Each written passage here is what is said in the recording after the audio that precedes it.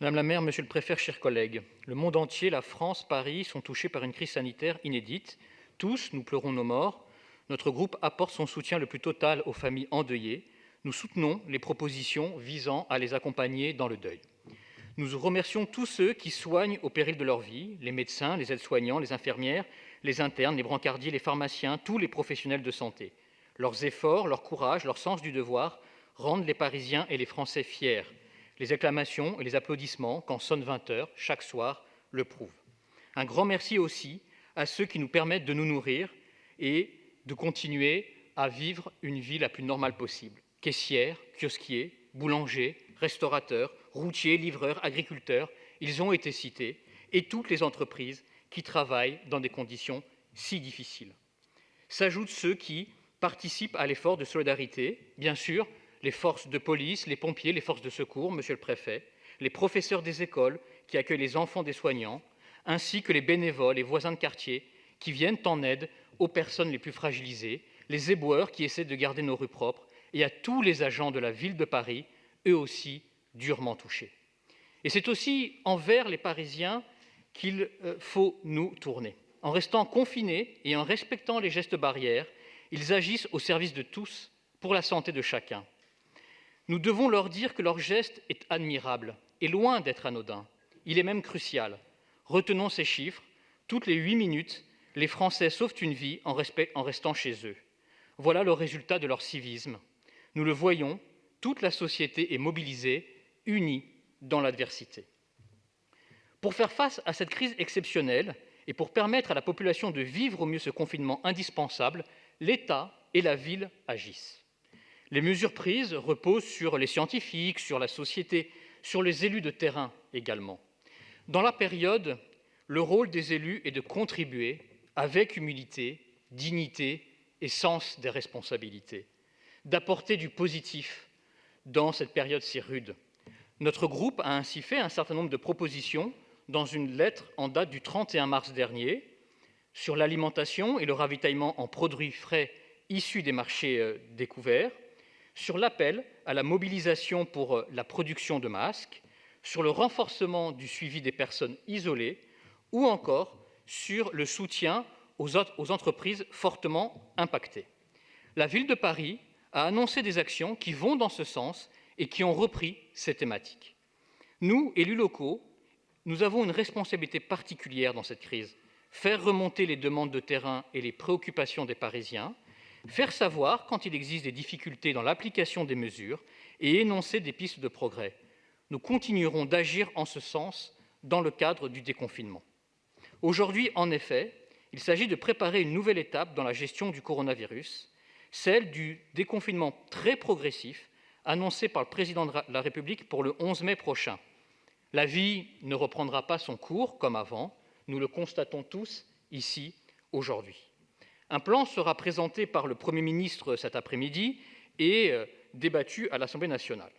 La ville devra en tenir compte pour être en cohérence avec les orientations du gouvernement. Dans l'attente de cette présentation et des débats au Parlement, puisque viendra ensuite le débat au Sénat, nous nous abstiendrons sur le vœu, mais nous voterons les délibérations urgentes. Les sujets sont nombreux et complexes. Retour à l'école, maintien du télétravail, organisation des tests sérologiques, déplacement, surtout dans une ville aussi dense que Paris, commerce et réouverture des lieux de culte. Les élus locaux joueront un rôle majeur dans la mise en œuvre du déconfinement.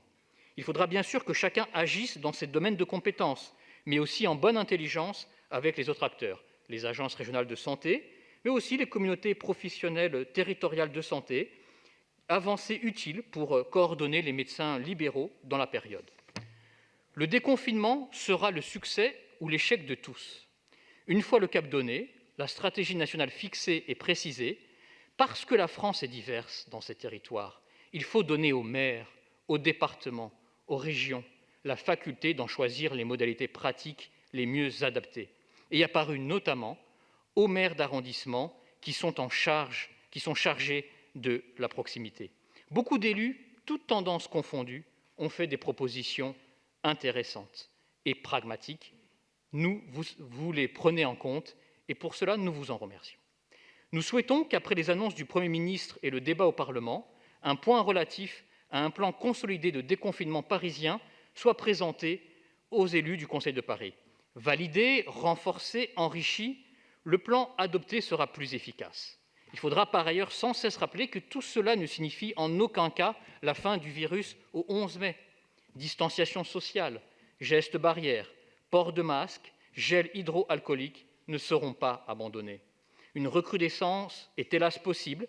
Certains pays qui sortent du confinement la voient apparaître dès aujourd'hui. Dans ce sens, n'ayons pas de prévention naïve face aux outils technologiques, instruments parmi d'autres, qui ne méritent ni excès d'honneur, ni indignité. Prenons garde que des acteurs du privé ne s'en saisissent dans leurs intérêts. L'information des citoyens est un devoir impérieux de l'État et des collectivités. Les exemples, comme celui de la Corée du Sud, qui ont été cités, peuvent nous éclairer. En effet, nous aurons besoin d'agilité intellectuelle et administrative. De même qu'État et collectivités travaillent ensemble pour faire face à cette pandémie, majorité et opposition doivent travailler conjointement. De même que les collectivités locales comptent sur les bonnes volontés de tous, de même l'État a besoin de cet état d'esprit constructif. C'est collectivement, sans polémique, dans le dialogue, l'écoute et l'échange, que nous sortirons vainqueurs de cette crise. La polémique politique serait aujourd'hui une mascarade. Croire qu'en se valorisant contre les autres ou qu'en attaquant tous azimuts, on en tirerait un bénéfice serait se tromper lourdement. Ce ne serait pas être à la hauteur du moment. Les Français et les Parisiens sont à milieu de cela. Ils sont dans la peine, ils sont encore dans la peur, mais ils sont aussi dans l'espoir. Aujourd'hui encore, sur le plan médical, nous n'avons aucune certitude. Les recherches scientifiques et cliniques se poursuivent. Aujourd'hui même, de nouvelles découvertes apparaissent sur l'atteinte du virus dans la circulation sanguine ou sur des avancées en matière de traitement. Certaines mesures ont évolué au fur et à mesure. La visite des aînés en maison de retraite, par exemple, ou encore l'adoption d'animaux en refuge. Mais très tôt aussi, des mesures de soutien, notamment économiques, ont été lancées et même renforcées et élargies. Pensons au chômage partiel ou au fonds de soutien ouvert aux entreprises et aux associations. Pensons également aux prêts garantis ou à la prise de participation dans des entreprises qui seraient en grave difficulté. Que ce soit pour les jeunes LGBT ou les violences intrafamiliales, des mesures concrètes ont été prises, à l'instar du dispositif d'aide et d'alerte en pharmacie en cas de violence conjugale et infantile. L'équation comporte de nombreux inconnus. Il est normal d'avancer prudemment, dans un rythme qui garantisse la santé et la sécurité de tous. Tous les exécutifs, l'exécutif national comme les exécutifs locaux, sont confrontés aux mêmes incertitudes. Aucun ne peut donc donner des leçons aux autres. Nous apprenons au fur et à mesure. Nous ne savons pas encore tout, et pourtant, il faut bien décider. Les yakafaucons fleurissent parfois dans ces époques, mais ne sont porteurs de peu de fruits. Notre préoccupation actuelle est de préparer progressivement et au mieux la sortie du confinement, avec méthode et dialogue, pour que la vie reprenne doucement son cours dans un contexte où le virus est toujours présent, bien qu'invisible. Il faut juger à froid et agir à chaud, notait Paul Valéry dans ses cahiers. Après l'urgence de l'action, viendra le temps des jugements. Mais les menaces de procès ou d'autres à l'encontre des élus de tous bords que je vois circuler sur les réseaux sociaux risquent à terme de nous rendre collectivement impuissants en n'osant plus prendre les décisions adéquates. Le temps de l'analyse politique, des leçons à tirer viendra le moment venu. Chacun voit midi à sa porte, mais ce n'est ni en raccommandant les vieux restes, ni en ressuscitant les antiques chimères que nous innoverons. Viendra aussi le temps de la relance. Notre économie a été mise à l'arrêt. Les mesures prises par la ville compléteront celles de l'État et de la région, notamment pour les secteurs culturels et touristiques, durement frappés et fondamentaux dans notre capitale. Respectons la temporalité des événements. Procédons par étapes. Nous sommes encore aujourd'hui à l'heure de la sortie du confinement, très progressivement. Continuons de travailler ensemble, concrètement. Restons unis et solidaires. C'est ainsi que nous surmonterons ensemble cette épreuve. Merci beaucoup. Merci à vous, Monsieur le Président.